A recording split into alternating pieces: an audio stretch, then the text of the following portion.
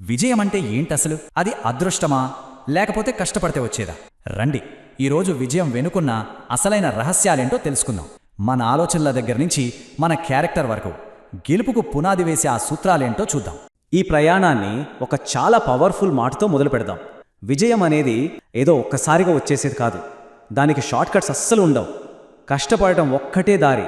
మరి ఆ కష్టం ఎక్కడ మొదలవ్వాలి? మన ఆలోచన దగ్గర. బయట ఎన్ని యుద్ధాలు గెలిచినా అసలైన యుద్ధం మొదలయ్యేది మన లోపలే. అవును, విజయం పుట్టేది మన ఆలోచనల్లోనే. మనస్సుని గెలిస్తేనే ప్రపంచాన్ని గెలవగలం. మన ఆలోచనలకి ఎంత పవర్ ఉంటుందంటే అవే మన రియాలిటీని క్రియేట్ చేస్తాయి. అంటే మనసులో ఎప్పుడూ ఫెయిల్యూర్ గురించే ఆలోచిస్తుంటే లైఫ్లో కూడా అవే ఎదురవుతాయి. అదే గెలుపు కోసం ఎలా ప్లాన్ చేయాలి అని ఆలోచిస్తే విజయానికి దారులు అవే తెరుచుకుంటాయన్నమాట. మరి ఏ దారిలో వెళ్ళాలి అనేది మన చేతిలోనే ఉంటుంది కదా. బలమైన మనస్తత్వం ఎలా ఉంటుందో చెప్పడానికి ఇదొక అద్భుతమైన ఉదాహరణ. ఒక్కసారి ఆలోచించండి. ఎన్నో ఏళ్లుగా నీళ్లలో ఉన్న ఒక రాయిని, ఆ నీరు దాన్ని తాకుతుంది, కానీ దాని లోపలికి ఒక్క చుక్క కూడా వెళ్ళలేదు. కష్టాలు ఎన్ని వచ్చినా చెక్కు చెదరకుండా ఉండే మైండ్ సెట్కి ఇది పర్ఫెక్ట్ సింబల్. సరే, ఇప్పుడు ఆ రాయికి బదులుగా బంకమట్టిని తీసుకుందాం. ఏమవుతుంది? నీళ్లు తగలగానే మెత్తపడిపోతుంది. దాని అసలు రూపమే మారిపోతుంది. అంటే ఏ చిన్న సమస్య వచ్చినా కుంగిపోయే బలహీనమైన మనస్తత్వానికి ఇదొక ఎగ్జాంపుల్ అన్నమాట. సో తేడా చాలా క్లియర్గా ఉంది కదా. ఒకరి మనసు రాయిలాగా గట్టిగా స్థిరంగా ఉంటుంది, ఇంకొకరిది బంకమట్టిలా చిన్నదానికే కరిగిపోతూ ఉంటుంది. మనం ఎలా ఉండాలి అనుకుంటున్నాం? రాయిలాగానా లేక బంకమట్టిలాగానా? ఓకే, ఆలోచనలు మనసుకు బలాన్నిస్తాయి, బానే ఉంది. కానీ యాక్షనే మన ఫ్యూచర్ని డిసైడ్ చేస్తుంది. కాబట్టి ఆ గెలిచే మనస్తత్వం నుంచి గెలిచే మార్గం వైపు ఎలా వెళ్లాలో ఇప్పుడు చూద్దాం. విజయానికి ఒక పక్కా ప్లాన్ కావాలి. ఇదిగో ఆ 4 ముఖ్యమైన స్టెప్స్. ఫస్ట్, ఒక క్లియర్ గోల్ ఉండాలి. గమ్యం ఏంటో తెలియకపోతే ఎక్కడికి వెళ్తాం? రెండవది, ఏకాగ్రత. మన ఎనర్జీ మొత్తం ఆ లక్ష్యం మీదే పెట్టాలి. మూడవది, నమ్మకం. నేను చేయగలను అనే ఆ కాన్ఫిడెన్స్ మనల్ని ముందుకు నడిపిస్తుంది. ఇక ఫైనల్గా చొరవ.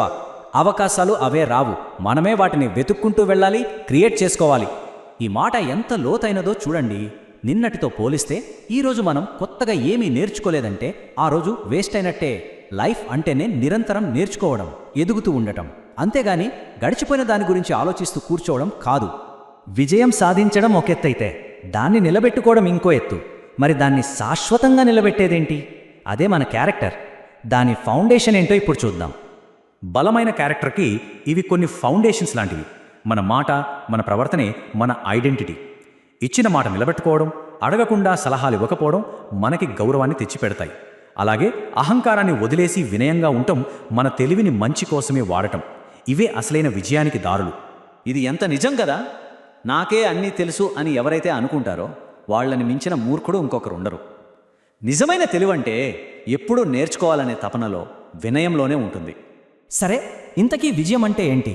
జస్ట్ డబ్బా, ఆస్తులా? కాదు. ఈ చివరి భాగంలో మనం సంపదకు ఒక సరికొత్త మీనింగ్ తెలుసుకోబోతున్నాం. జీవితంలో అసలైన ఐశ్వర్యం ఏంటో చూద్దాం. కోట్లు సంపాదించి ఆరోగ్యం పాడు చేసుకుంటే ఏం లాభం? అందుకే నిజమైన సంపద డబ్బు కాదు, అద్భుతమైన ఆరోగ్యం. అది మన దగ్గర ఉంటే ఇంకేదైనా సాధించవచ్చు. సంపన్నమైన జీవితానికి 4 పిల్లర్స్ ఉంటాయి.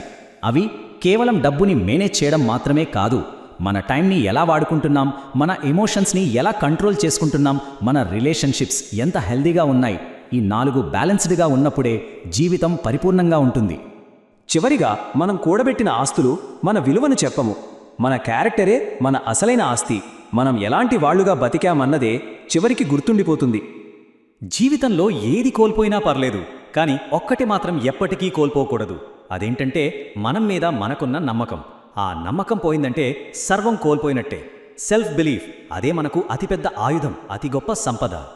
మరి ఈ విజయ రహస్యాల్లో ఏ ఒక్కదాన్నైనా సరే ఈ రోజు నుంచే జీవితంలో ఒక భాగంగా చేసుకోవడానికి సిద్ధంగా ఉన్నారా?